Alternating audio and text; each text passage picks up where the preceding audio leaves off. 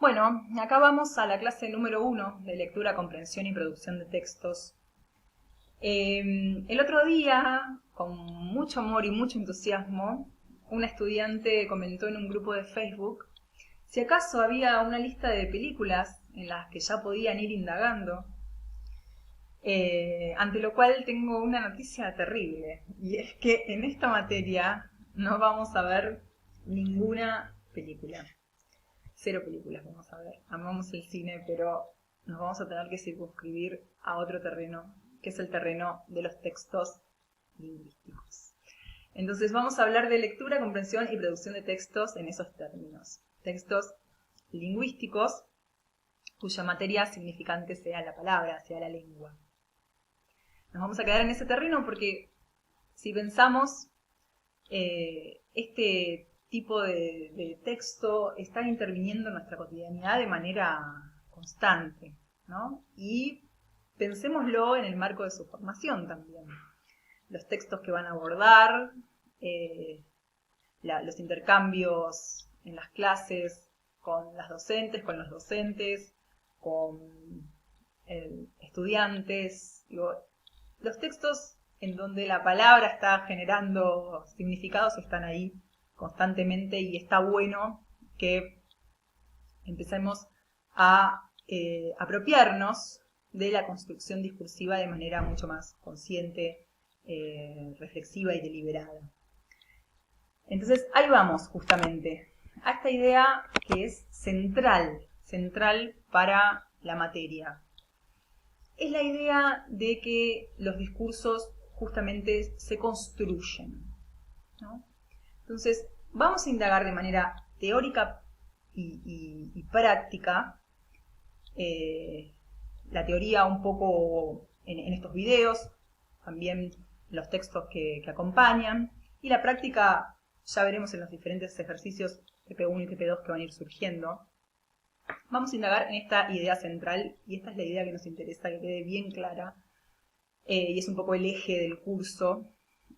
Es esta idea de que los discursos se construyen como se construye cualquier cosa, como se construye una mesa, como se construye una casa.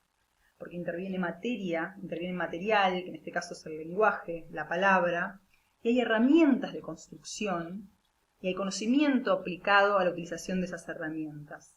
Eso es un poco lo que vamos a indagar, si bien no de forma exhaustiva, pero bueno, sí de forma interesante. Ese va a ser nuestro recorrido. Bien, entonces decíamos, los discursos, cuando hablamos de discurso nos estamos refiriendo a todo lo que implica un acto del decir, ¿no? Justamente son una construcción. Y vamos a ampliar un poco esta noción de discurso. Porque quizás cuando escuchamos la palabra discurso lo asociamos a algunas prácticas muy específicas. A un discurso político, por ejemplo, se suele usar mucho la palabra asociada a esto, discurso político, o el emotivo discurso que dio la maestra en sexto grado al final de año. Pero como suele pasar cuando nos metemos en el mundillo de las teorías y de las nociones conceptuales, las palabras se ligan de manera mucho más precisa a algunos significados elaborados al interior de ciertas esferas del saber. Entonces, de ahora en más, para nos, en este contexto, el discurso va a ser lo siguiente, ¿no? Va a tener todas estas implicancias.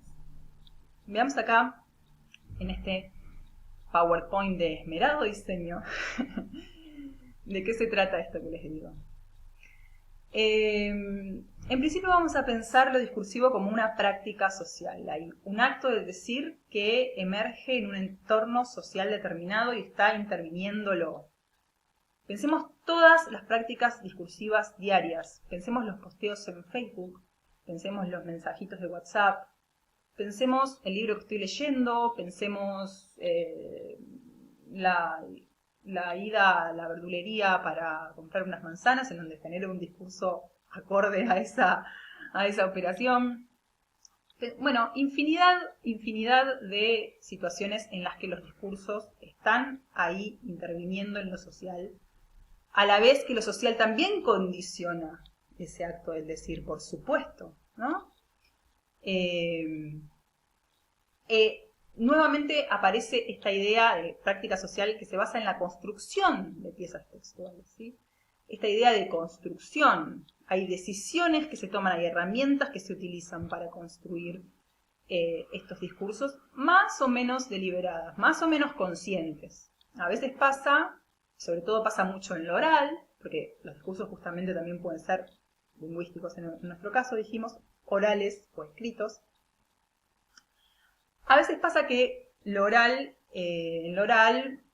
muchas veces, muchas situaciones, simplemente fluye nuestro decir sin que nos demos cuenta de las reglas o las herramientas que estamos aplicando a su construcción. Lo escrito, quizás, por las particularidades de su canal, permite otra reflexión, otros tiempos. Puede llegar a pasar. Pero bueno, esta construcción está siempre, ¿sí? Esta operación constructiva está siempre operando, aunque sea más o menos reflexiva en el momento en que surge.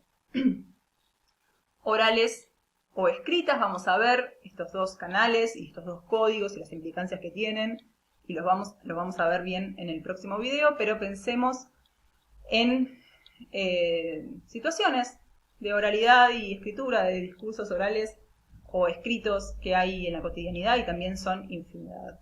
Pensemos en esta misma situación, en donde están combinados de alguna forma, ¿no? Lo oral con mi discurso hablado y lo escrito con este maravilloso PowerPoint. Los discursos también están destinados a un fin, tienen una finalidad, quizás más evidente o quizás menos evidente, pero la finalidad siempre está. Si, por ejemplo, como decíamos, voy a la verdulería y quiero saber el precio de las manzanas, lo pregunto y el verdulero me contesta y me dice el precio de esas manzanas. Ese acto comunicacional, ese acto discursivo, tiene un fin muy claro, es yo quiero manzana y voy y elaboro mi discurso en torno a eso, ¿sí? Y digo lo que me sirve, lo que me es funcional a ese fin. Ahora bien, si de repente me siento un poco melancólica y quizás hago un posteo reflexivo en Facebook, no sé muy bien la finalidad, no tiene una finalidad tan clara, quizás pueda ser una finalidad más emocional, más escurridiza. Pero bueno, siempre hay una finalidad, siempre se dice para algo, solo que a veces es más evidente y a veces es menos evidente. Lo que sí tenemos que hacer evidente en nuestras conciencias como comunicadores, como comunicadoras, como artistas, como lo que quieran que deseen de poner en juego en las operaciones discursivas en cuanto a su carrera o en cuanto a su formación, es esta idea de que los discursos están siendo condicionados por el contexto social y a su vez lo condicionan. Vamos a decirlo de manera mucho más épica. Los discursos condicionan la realidad y son condicionados por la realidad. Los discursos construyen la realidad. El haber que son construidos por esos factores que influyen sobre su elaboración. Esto es muy importante, ¿no? Porque acá es donde entendemos el impacto de la construcción discursiva, lo poderoso de este acto. Vamos a ver un ejemplo de cómo se da esta especie de retroalimentación entre lo que se dice, cómo impacta en lo social y cómo lo social impacta en lo que digo. Por ejemplo, cuando yo era chica y iba a la escuela primaria, en la clase de historia hablaban de la conquista del desierto.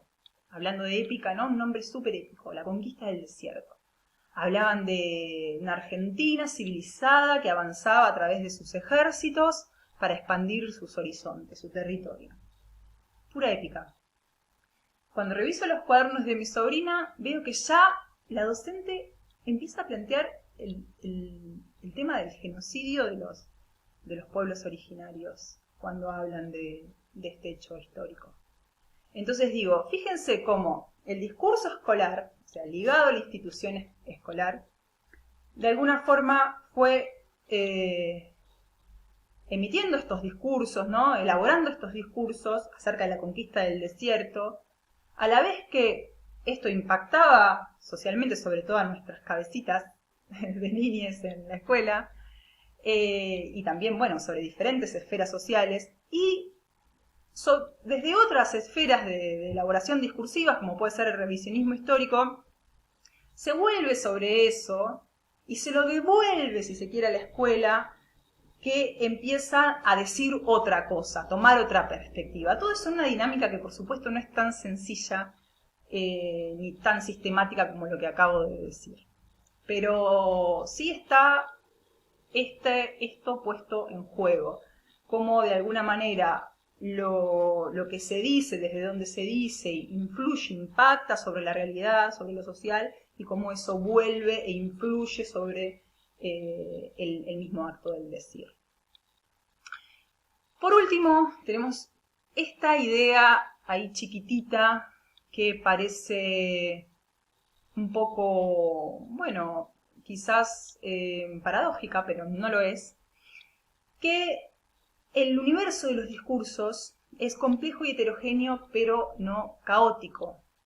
Es así, es complejo y heterogéneo porque intervienen un montón de elementos y un montón de implicancias en sus significaciones, pero no caótico en tanto y en cuanto podemos clasificar, podemos organizar el conocimiento acerca de estos discursos y de esa manera nos podemos apropiar de una forma más reflexiva, más consciente, más deliberada del acto del decir. A eso vamos en el segundo video.